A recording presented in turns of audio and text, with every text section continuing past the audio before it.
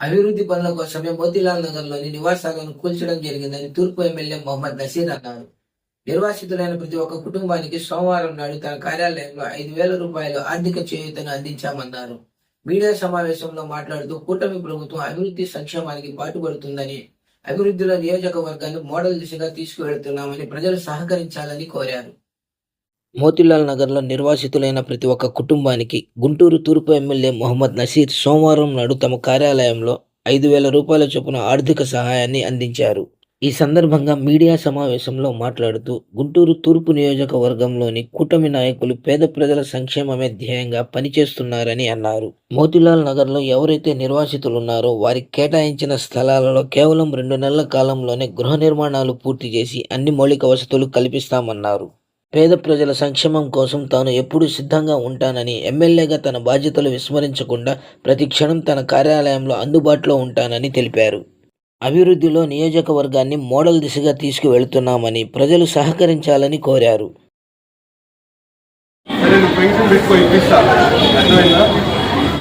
నమస్కారం.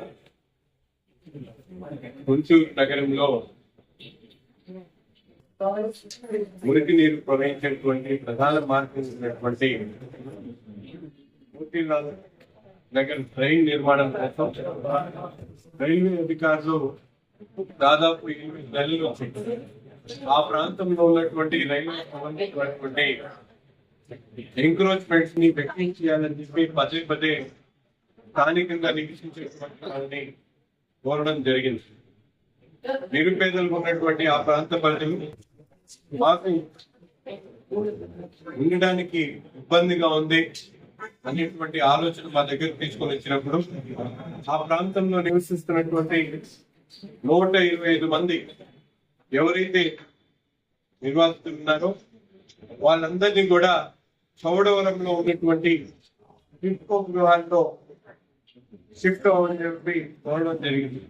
కానీ అది నగరానికి దూరంగా ఉండడం, వీళ్ళు ప్రతిరోజు కూడా ఎక్కడో ఉండటం పని చేసుకునేటువంటి చిన్న చిత్త కుటుంబాలు కాబట్టి ఆ ప్రాంతం నుంచి రావడానికి ఇబ్బంది అవుతుంది. కాబట్టి వాళ్ళు దగ్గరలో ఎక్కడైనా ఇక్కడే ఉంటామని చెప్పి చెప్పడం జరిగింది.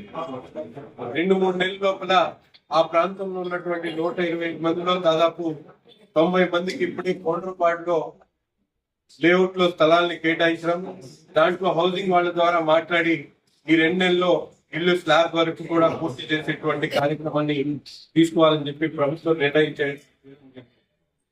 కానీ అక్కడ ఉండేటువంటి వాళ్ళు ఉండడానికి ఇబ్బంది అవుతుంది కాబట్టి ఈ 2 నెలల వరకు ఇబ్బంది లేకుండా ఎక్కడో దగ్గరలో ఉన్నటువంటి ఇళ్లలో ఉండేటువంటి విధంగా ప్రతి ఒక్క కుటుంబానికి 5,000 ఇవ్వాలనేటువంటి ఆలోచన చేసి స్థానికంగా ఉన్నటువంటి కూటమి నాయకులందరూ, ఎందుకంటే అక్కడ ఉండేటువంటి వాళ్ళందరూ కూడా మా కుటుంబ సభ్యులాగా వాళ్లతో ప్రతి సందర్భంలో కూడా మమేకమవుతూ ప్రతిపక్షంలో ఉన్న అధికార పక్షంలో ఉన్న ఆ ప్రాంత ప్రజలతో సోదర భావం కలిగినటువంటి వ్యక్తిగా వాళ్ళ కష్ట నష్టాల్లో భాగస్వాములు అనేటువంటి ఆలోచనతో ఈరోజు ప్రతి కుటుంబానికి కూడా అండగా ఉండేటువంటి విధంగా ఒక 5,000 రూపాయలు మా తరఫున ఇవ్వడం జరుగుతా ఉంది.